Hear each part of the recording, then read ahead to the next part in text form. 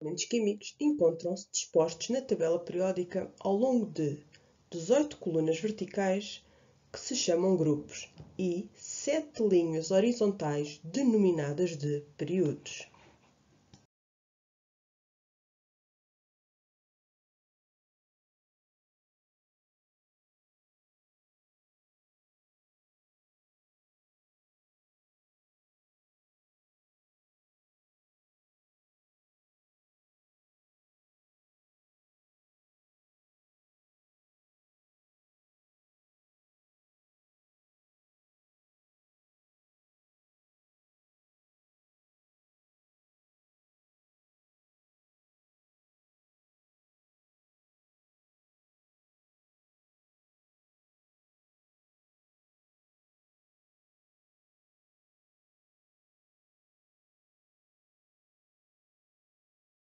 Como localizar um elemento químico na tabela periódica se não tiver a tabela periódica?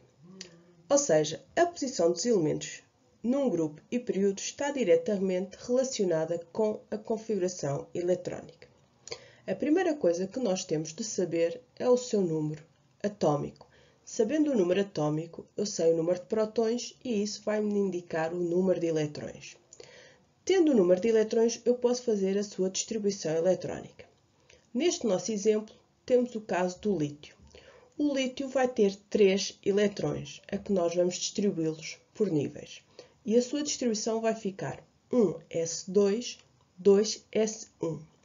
Como é que eu, com a distribuição eletrónica, posso identificar o grupo e o período? Ou seja, o grupo eu vou identificar através dos eletrões de valência. Os eletrões de valência são os eletrões que se encontram no último nível. No caso do lítio, tem um eletrão de valência, logo ele está localizado no grupo 1. O período vou identificar através dos níveis de energia. Ou seja, eu, ao fazer a distribuição eletrónica do lítio, distribuí os eletrões por 2 níveis. Logo, quer dizer, como ele tem 2 níveis, vai estar localizado no segundo período. Assim, eu sei que o lítio está localizado no grupo 1 e no período 2 da tabela periódica. Vamos ver agora o exemplo do magnésio. O magnésio tem número atômico 12, ou seja, tem 12 eletrões. Vamos fazer a sua distribuição eletrónica.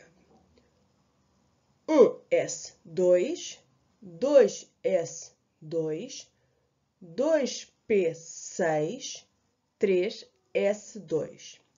Feita a distribuição eletrónica, vamos agora tentar localizar o magnésio na tabela periódica. Ao analisar a distribuição eletrónica, eu identifico que ele tem 2 eletrões de valência, ou seja, tem 2 eletrões no seu último nível. E isto vai me indicar que ele se encontra no grupo 2 da tabela periódica. Agora, vamos analisar os níveis. Se repararem, nós distribuímos os eletrões por 3 níveis diferentes, ou seja, vai ter 3 níveis de energia. Isto vai me indicar o período. Se ele tem 3 níveis de energia, quer dizer que está no terceiro período. Ou seja, o átomo magnésio, na tabela periódica, localiza-se no grupo 2 e terceiro período. Agora, o exemplo do átomo de boro. O átomo de boro tem um número atômico 5. Isto indica que tem 5 eletrões. Vamos fazer a sua distribuição eletrónica. 1s2, 2s2, 2p1. Neste caso, eu vejo que os eletrões foram distribuídos por 2 níveis de energia, o nível 1 e o nível 2. Isto indica-me que ele está localizado no segundo período. Vamos agora identificar os eletrões de valência. Ele, no seu último nível, tem 13 eletrões de valência. Isto indica-me que ele está no grupo 13. Ou seja, apesar de ter 3 eletrões de valência, o boro pertence ao grupo 13. Porque esta regra que nós estamos a dar só é utilizada para o grupo 1, 2, 13, 14, 15, 16, 17 e 18. Ou seja, esta configuração eletrónica, esta regra só dá para o grupo 1, 2, 13, 14, 15, 16, 17 e 18. Nós vamos ver mais exemplos. Vamos ver agora o caso do átomo de enxofre. O enxofre tem o número atômico 16, ou seja, tem 16 eletrões. Vamos agora fazer a sua distribuição eletrónica. 1s2, 2s2, 2p6, 3s2, 3p4. Vamos agora, com a ajuda da configuração eletrónica, localizar o átomo de enxofre na tabela periódica. Então, vamos aqui ver que ele está distribuído por 3 níveis. Nível 1, 2 e 3. Ou seja, como ele está distribuído por 3 níveis, vai nos indicar que está no terceiro período, ou seja, o período número 3. Vamos agora analisar os eletrões de valência, ou seja, os eletrões do último nível. E vamos ver que ele tem 6 eletrões de valência.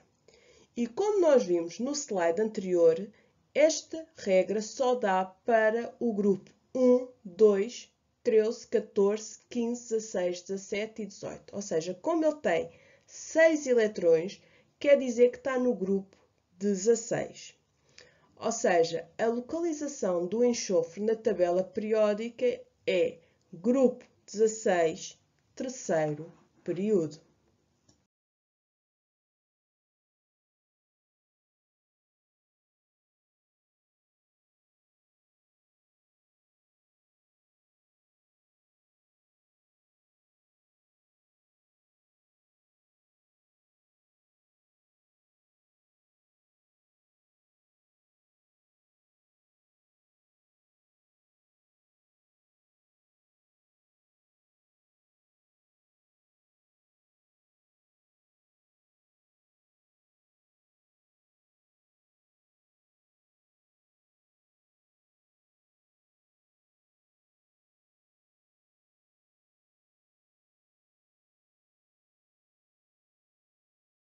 A tabela periódica está dividida em elementos representativos e elementos de transição.